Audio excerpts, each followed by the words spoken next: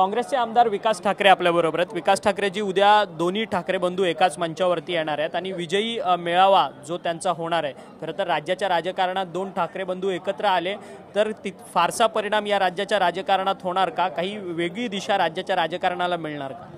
नाही, मला वाटते राजकारणाला वेगळी दिशा मिळो व परिणाम हो हा विषय वेगळा आहे, परंतु एका परिवारातले दोघंजण एकत्र होऊन झाले याच्यापेक्षा आनंदाचा क्षण काय?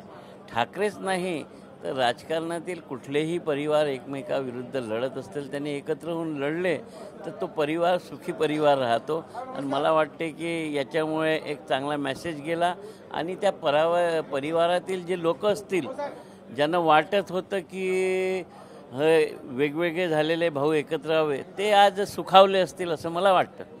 परंतु तरी देखील राज्याच्या राजकारणाला काही वेगळी कलाटणी मिळणार, कारण की आगामी स्थानिक स्वराज्य संस्थांच्या निवडणुका आहेत, त्या अनुषंगाने दोन ठाकरे एका मंचावरती येतात फक्त एका गोष्टीवरतून, मराठीच्या मुद्द्यावरतून। मराठीचा मुद्दा हा पुढे राज्याच्या राजकारणामध्ये एकवटत गेला तर ह्या सगळ्या स्थानिक स्वराज्य संस्थांच्या निवडणुकीमध्ये काही वेगळा परिणाम होण्याची शक्यता आहे। आता हे भविष्य सांगण्या इतपत मी नाही आहे, परंतु मुंबईकर काय निर्णय घेतात आणि त्यांच्या मनात काय आहे हे निवडणुकीचा निकाल लागल्यानंतर कळेल।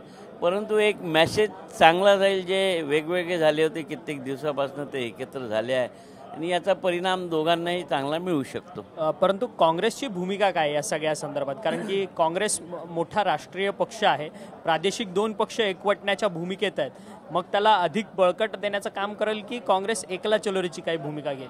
मला वाटतं की काँग्रेस हा पक्ष मोठा पक्ष आहे, कधी न संपणारा पक्ष आहे। काँग्रेसमधले नेते येतील जातील, पण काँग्रेसची विचारधारा जी ही देशात आहे ती न संपणारी आहे, म्हणून या पक्ष एक नंबरवर किंवा दोन नंबर आयुष्यभर राहणार आहे।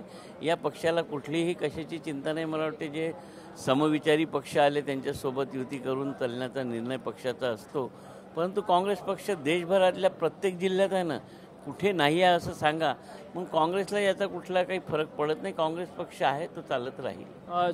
शेतकऱ्यांच्या मुद्द्यावरतून अद्याप देखील शेतकरी कर्जमाफी झालेली नाही। बबनराव लोणीकरांनी जे शब्द काढलेले होते त्या सगळ्या संदर्भात माफी मागितली नाही। तुमचे नेते आहेत नाना पटोले, त्यांना देखील एक दिवसाचं निलंबन झालं।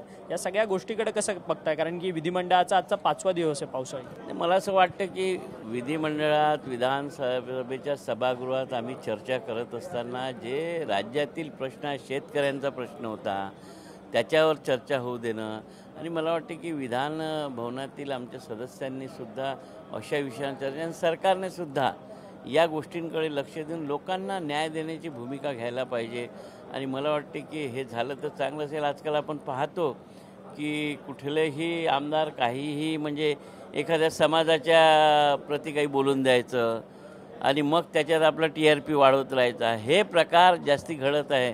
परंतु जनतेच्या विषयांवर चर्चा केली आणि जनतेला त्यामधनं काही मिळाले तर जनतेचा विश्वास आणखी या पवित्र सभागृहावर वाढेल।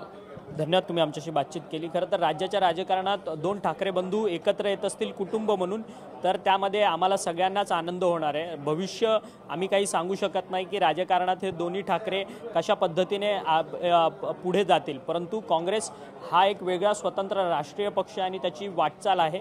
आमच्या पक्षामध्ये कित्येक जण आलेत आणि गेलेत, परंतु पुन्हा एकदा काँग्रेस जी आहे ती मोठ्या संख्येने भरारी घेईल असं मत जे आहे ते आमदार विकास ठाकरे यांनी आपल्याशी बोलताना व्यक्त केलं। व्हिडिओ जर्नलिस्ट खंडू कसबेसह अक्षय मंकणी, TV9 मराठी, मुंबई।